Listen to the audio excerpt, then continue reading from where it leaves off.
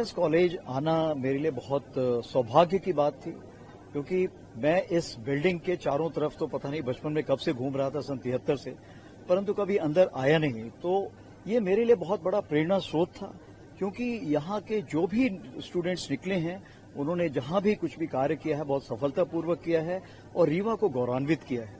तो इसीलिए मेरी बहुत इच्छा थी कि मैं यहाँ पर आऊं और यहाँ के स्टूडेंट से बात करूं। खासकर ऑफ सिंदूर के बाद मैंने ये देखा कि जो युवा, जो हमारी जनसंख्या है, यही भारत का भविष्य है। और अगर मैं इनसे मिलकर बात करता हूं, अपने ऑफ सिंदूर के जो लेसन है उनको शेयर करता हूं, तो ये भविष्य के लिए बहुत ही कार्यकारी साबित होगा।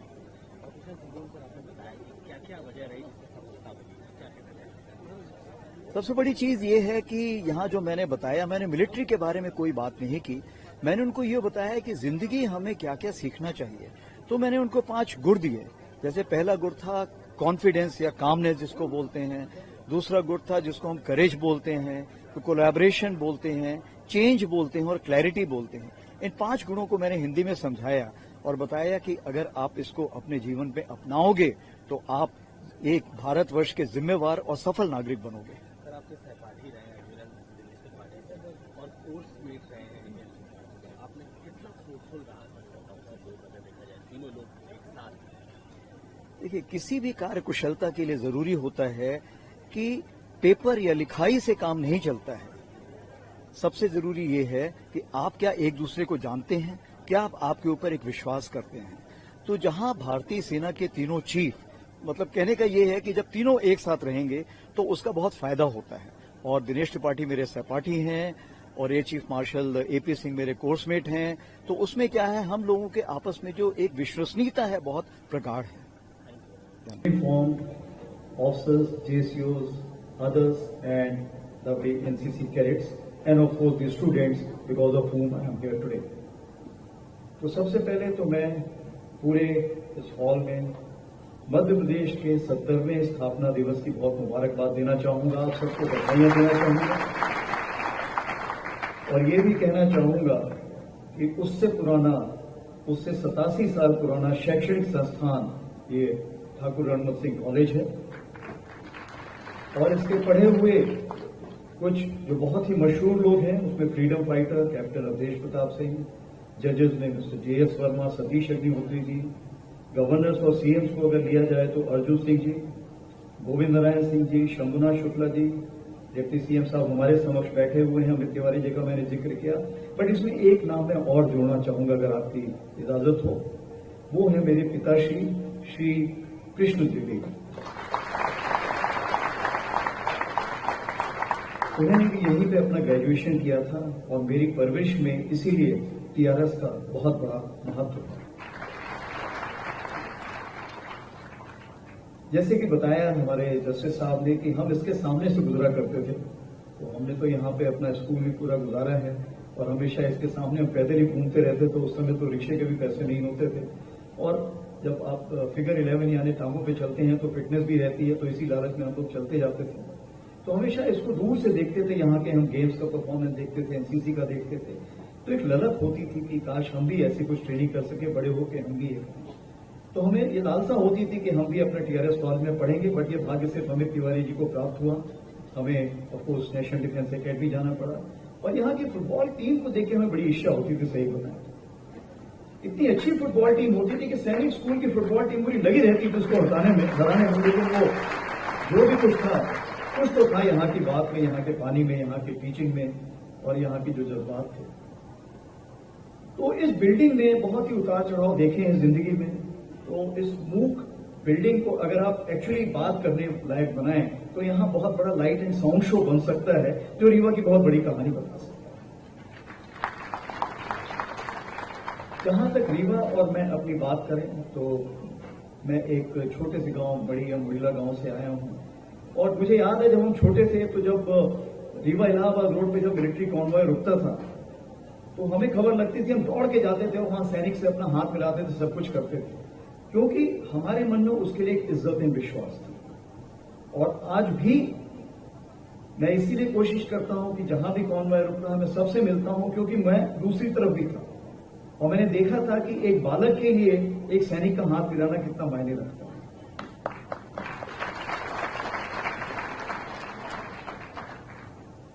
बाकी बात तो मैं नहीं बताना चाहूंगा, लेकिन यही कहना चाहूंगा कि रीवा हम लोगों के लिए बहुत सुखद अनुभव है। आप सबको पता ही होगा, मेरे भाई बहन पिताजी सब ने यहीं पढ़ाई की है, सब यहीं पर रहे हैं, सबकी पोस्टिंग भी रही है। लेकिन मैं आपको मिलिट्री के बारे में कुछ बताना चाहूंगा कि रीवा नगरी जो है उसने 2 वीर चक्र पुरस्कार दिए हुए हैं, 4 शौर्य चक्र दिए हुए हैं और 13 सेना मेडल दिए हुए हैं। तो मैंने ऐसे वीरों को मैं नमन करना चाहता हूं जिन्होंने रीवा की माटी का मान रखा। इसमें 2 नाम मैं और लेना चाहूंगा। 2020 के दौरान आपको पता है जब गलवान घाटी में युद्ध हुआ था तो उसमें हमारे नायक दीपक सिंह पॉस्टमस उनको वीर चक्र प्राप्त हुआ था। और सबसे बड़ी बात यह है कि उनकी जो धर्मपत्नी थी उस समय उनसे मैं 26 जनवरी 2021 में मिला था और उनसे मैंने पूछा था आप क्या करने जा रहे हैं, तो उन्होंने बोला मैं फौज ज्वाइन करूंगा। तो मुझे थोड़ा सा आश्चर्य लगा, लेकिन वो इतनी फोकस थी कि जब मैं नदन आर्मी कमांडर था 2022 में तो मुझे बहुत खुशी हुई जब वो कमीशन प्राप्त करके मेरे अंडर में ही लेह में आए। और उनके मैं यही कहना चाहूंगा उनकी जो लगन थी, जो निष्ठा थी और जो उनका एक जुनून था वो उसको जगह पर ले गया। और वो तभी पॉसिबल है जब यहाँ के आम लोग ऐसे कर्मठ लोगों को सपोर्ट करें और उनको बोलें कि आपको आगे बढ़ना चाहिए, बैठना नहीं चाहिए। तो मैं उस सबका आपको बहुत धन्यवाद देना चाहूंगा। आज की तारीख पे फौज में तकरीबन 350 ऑफिसर्स हैं जो रीवा जिले के हैं या सैनिक स्कूल रीवा के पढ़े हुए हैं। और जो फौज ने अग्निवीर स्कीम शुरू की है उसमें तकरीबन 500 अग्निवीर रीवा के हैं। क्योंकि जनरेशन जी यहां पर बैठी हुई है और आजकल फैशन है जनरेशन जी के बारे में बात करना, क्योंकि हर जगह जनरेशन जी फैली हुई है। तो सबसे बड़ी बात यह है कि भारतवर्ष की जनरेशन जी की जो जनसंख्या है वो विश्व में सबसे ज्यादा है। और बल्कि भारतीय सेना भी उससे पीछे छूट गई क्योंकि हम सेकंड लार्जेस्ट, हम दूसरे नंबर पर आते हैं, बस जनरेशन जी पहले नंबर पर आती है। लेकिन इसका मतलब क्या है? मतलब ये है कि जो जनरेशन जी है वो डिजिटली फ्लुएंट है, मतलब डिजिटली सहज है, यानी टेक्नोलॉजिकल एडवांस है। और उसी प्रकार से सामाजिक जागरूकता है। और सामाजिक जागरूकता, डिजिटली फ्लुएंट और सबसे बड़ी चीज है विश्व स्तर पर जुड़े हुए। तो मतलब आपको सारे विश्व की खोज खबर है। अगर आपके पास इतना पावर है तो आपको सिर्फ अगर अनुशासन और मार्गदर्शन मिल जाए तो भारत 1 सेकंड में ही पता नहीं कितनी जनरेशन आगे निकल जाए, कितनी एज आगे निकल जाए। तो इसका मतलब ये हुआ कि आगे आने वाले दिनों में जनरेशन जी ही है जो भारत के फ्यूल का काम करेगा और भारत को आगे ले जाएगा। इसलिए मेरे बहुत जरूरी था कि मैं यहां पर आके आप लोगों से बातचीत करूं। अभी रही बात कि आगे भविष्य में क्या होने वाला है, भविष्य के चैलेंजेस क्या आने वाले हैं, जिसको हम बूका बोलते हैं। हिंदी में अगर बोलूं तो अस्थिरता, अनिश्चितता, जटिलता और अस्पष्टता।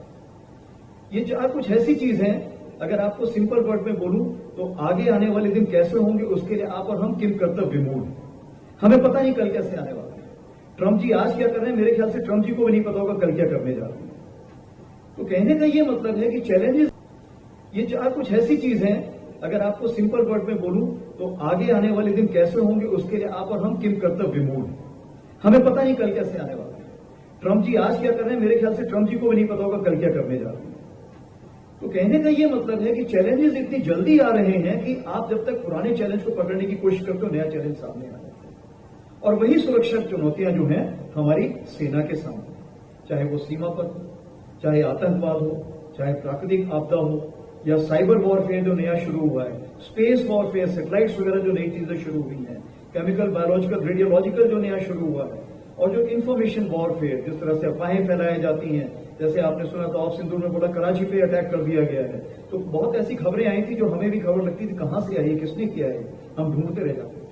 बट कहने का यह मतलब है कि इन सब चैलेंजेस के दायरे में जब आपको थल, नभ, जल और तीनों में काम करना है तो बहुत सारी चुनौतियां होती हैं। तो मैं आपको ऑफ सिंदूर से हमें क्या सबक मिला इसके बारे में कुछ बताना चाहूंगा। मैं मिलिट्री सबक के बारे में नहीं बताना चाहूंगा, मैं बताना चाहूंगा हमें जीवन में क्या सबक मिला उसमें। तो सबसे पहले जो ऑफ सिंदूर था वो दुश्मन पर विजय प्राप्त करने के अलावा संप्रभुता, अखंडता और शांति की पुनर्स्थापना की। जब प्रधानमंत्री जी ने मुझे ऑपरेशन सिंदूर बताया कि इसका ये नाम होगा, जैसे आपको पता है कारगिल के दौरान आर्मी ऑफ विजय नाम रखती थी, एयरफोर्स ऑफ सफेद सागर नाम रखती थी। इस बार प्राइम मिनिस्टर जी ने खुद ही बोला कि ये नाम होगा। तो सबसे बड़ा फायदा क्या हो गया, पूरे देश में सिर्फ एक ही नाम था, ऑफ सिंदूर। और इसने कैसे पूरे देश को जोड़ा? सबसे बड़ी बात, जब कोई भी मां, कोई भी बहन, कोई भी बेटी अपने मांग पर सिंदूर लगाती है तो उसकी दुआएं उस सैनिक को जाती है जो कहीं भी देश में या विदेश में एक भारतवर्ष के लिए पूरी लगन से काम कर रहा है। हम आगे बढ़ते हैं कि क्या अगर देखी जाए 4 से 5 क्वालिटी जो हमें ऑफ सिंदूर में हमने देखने को मिली, सीखने को मिली, अमल लाने को मिली। सबसे बड़ी चीज है कॉन्फिडेंस या कामनेस, आत्मविश्वास और दूसरों पे विश्वास। ये बहुत जरूरी है। अगर आप शक के बिना पे अगर रिलेशनशिप बनाएंगे तो वो मुश्किल का काम होता है। मेरे पास 12 लाख की तकरीबन सेना है। उसी प्रकार से जल सेना यानी नौसेना दिनेश त्रिपाठी जी के पास है। उसी प्रकार से मेरे बहुत ही क्लोज फ्रेंड जो मेरे कोर्समेट भी हैं, हम सन 81 से साथ में हैं, air chief marshal AP Singh, उनके पास भी अपनी एयरफोर्स है। तो हम तीनों को आपस में मिलकर काम करना था और हमारे एक दूसरे के सोच विचार पूरी तीनों सेनाओं में जाना था। उसके लिए विश्वास बहुत जरूरी था। और इसमें सबसे बड़ी चीज यह है कि शांति प्रकरण। आप लोगों ने जब भी टीवी में देखा होगा, आपने देखा होगा तीनों सेनाध्यक्ष जो थे उनके माथे पे कभी शिकन नहीं आई थी, हमेशा आपको मुस्कुराते मिले थे। क्यों? क्योंकि अगर हम मुस्कुरा रहे हैं तो देश की जनता को एक विश्वास है कि देश जो है वो सही हाथों पर है और जो होगा सही। तो मैंने 5 सी लिखे हुए हैं। तो पहला सी है कॉन्फिडेंस, काम। दूसरा हम आते हैं करेज पे, यानी साहस, दिलेरी और डर को काबू करना। जब हम भी ऐसी कोई लड़ाई लड़ते हैं तो उसमें रिस्क फैक्टर बहुत होता है। जब भी आप अटैक करते हैं या आपके ऊपर जब कोई किसी प्रकार की गोलाबारी आती है, आपको पता नहीं कि क्या होने वाला है। तो एक रिस्क होती है, पता नहीं आप कितने जवान खोएंगे, क्या कार्रवाई करेंगे, कितने सिविलियंस आप हैं। लेकिन ये रिस्क के बावजूद भी जो इस बार हमने कार्रवाई की उसमें हमने ये यकीन किया कि जो भी उसका ऐसा आला था जो हमारे ऊपर अटैक कर सकता था, उसके ऊपर हमने जाके अटैक किया। और उसके लिए चाहे हमें घर में घुस के मारने की जरूरत पड़ी, 100 किलोमीटर तक हम गए।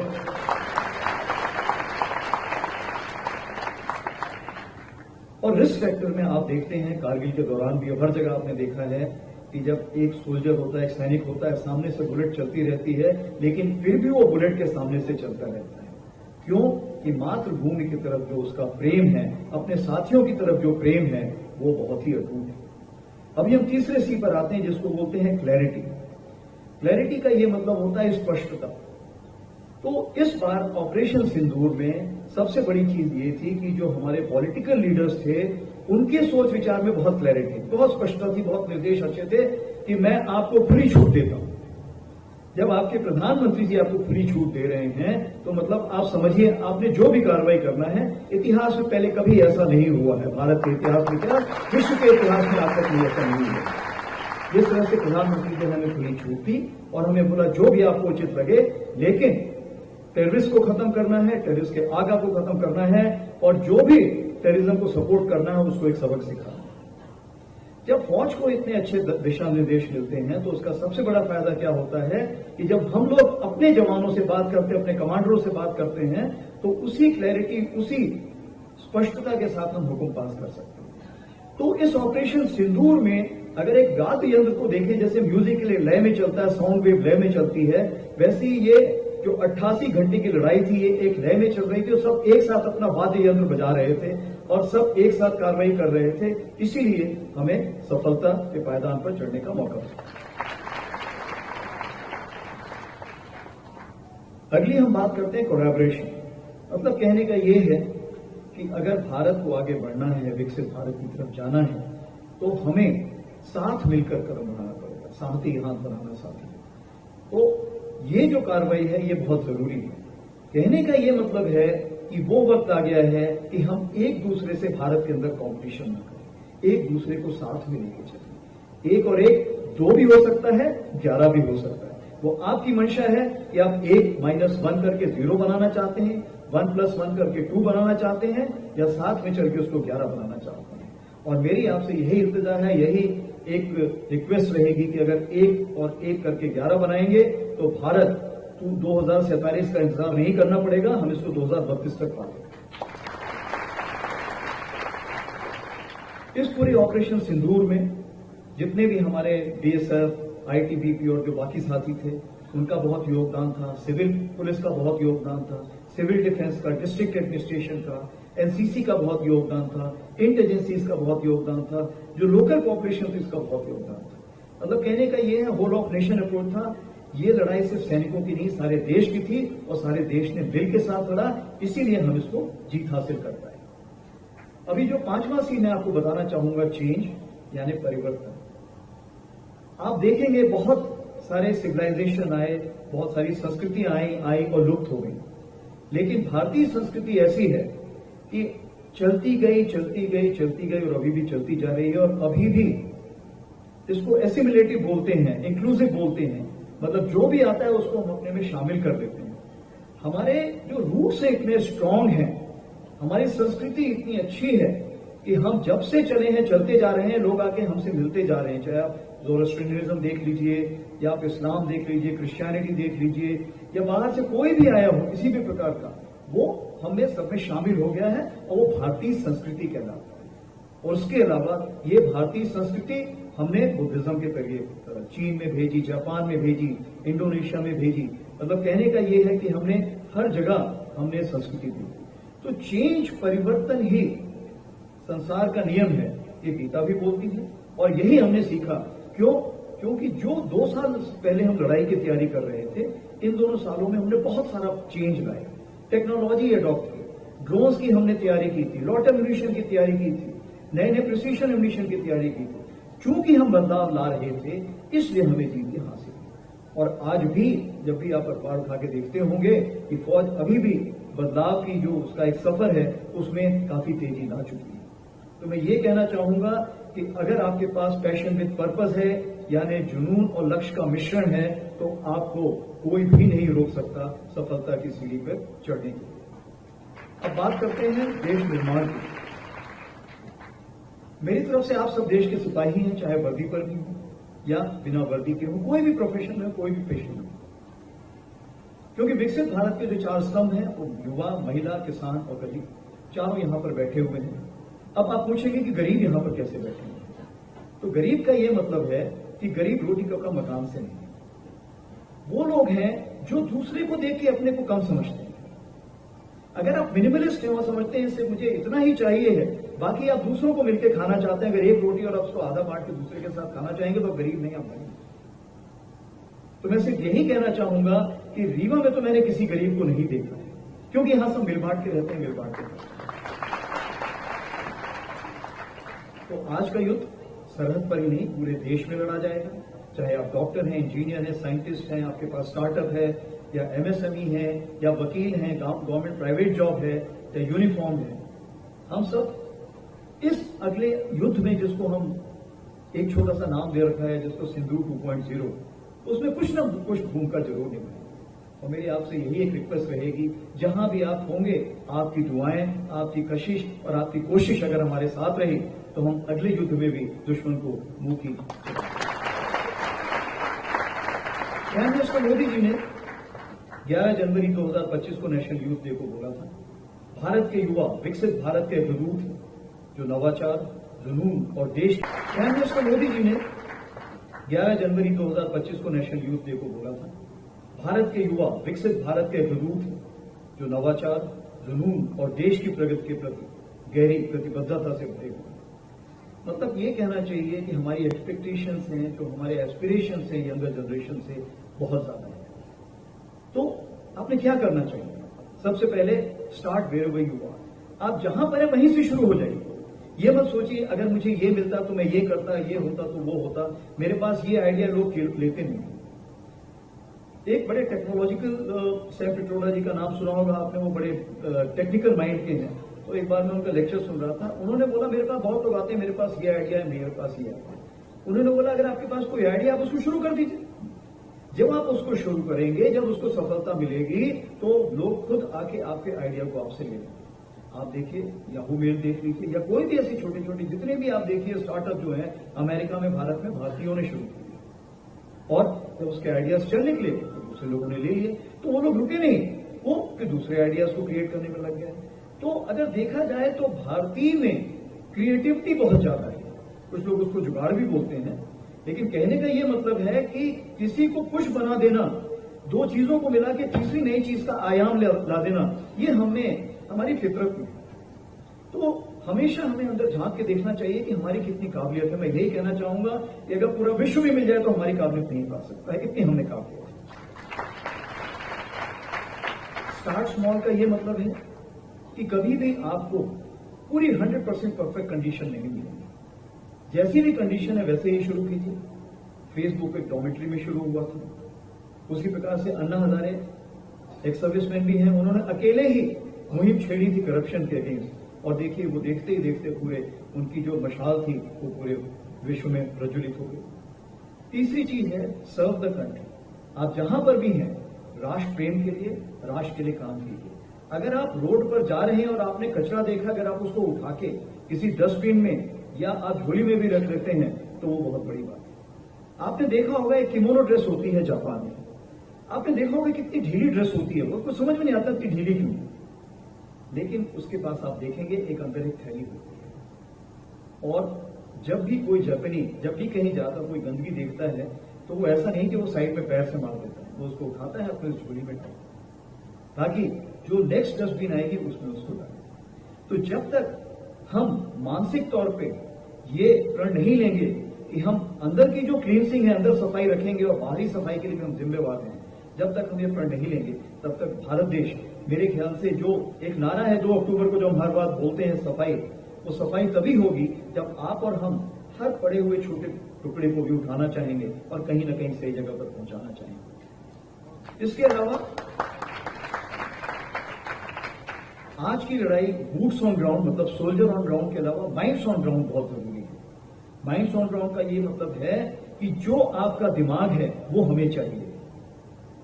उदाहरण के तौर पर जब पाकिस्तान बहुत अफवाहें फैला रहा था तो उस समय सिकंदराबाद से कोई ऐसा, मेरे 3 लाख फॉलोवर्स हैं ट्विटर पे, कोई कहीं से ऐसा आप बताइए, मैं जितनी फेक न्यूज है पाकिस्तान की मैं कैंसिल करूंगा, मैं बताऊंगा कि क्या सही है।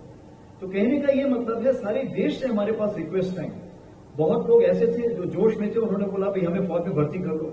मैंने नहीं अभी आप रुक जाइए, आपको ट्रेनिंग देनी पड़ेगी। बहुत सारे एक्स सर्विसमैन जो कि मतलब बहुत पुराने जीओसी थे, 1965 और 31 की लड़ाई लड़े हुए थे, बोलने में भी तकलीफ हो रही, बोला लेकिन मैं देश के लिए लड़ूंगा।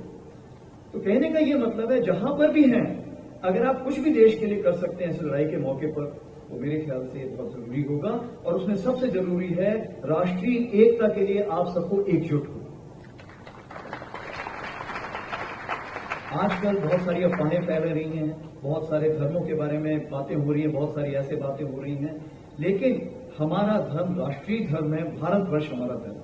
अगर भारतवर्ष हमारा धर्म है तो जो हमारे 150वां पुण्यतिथि था कल, किसका था 150वां पुण्यतिथि? कोई भी लौह पुरुष का जो यूनिटी डे मनाया जाता है। तो मैं यही चाहूंगा अगर भारतवर्ष आपका धर्म है तो यूनिटी डे जो मनाया जाता है वो मेरी तरफ से पूरा सफल हो गया। तो राष्ट्र की एकता और अखंडता सुनिश्चित करने में आप और हम बराबर के हकदार हैं, हिस्सेदार हैं, लेकिन हमें भारत को शक्तिशाली बनाना पड़ेगा। क्यों? क्योंकि अब कविता किसकी है आप लोग बताएंगे, मैं पढ़ता हूं। सच पूछो तो शर्म में ही बसती है दीप्त विनय की, शर्म मीन्स बल। सच पूछो तो शर्म में ही बसती है दीप्त विनय की, संधि वचन संपूज्य उसी का जिसमें शक्ति विजय की। सहनशीलता क्षमा दया को तभी पूछता जग है, बल का दर्प चमकता उसके पीछे जब जगमगे। जय हिंद, धन्यवाद।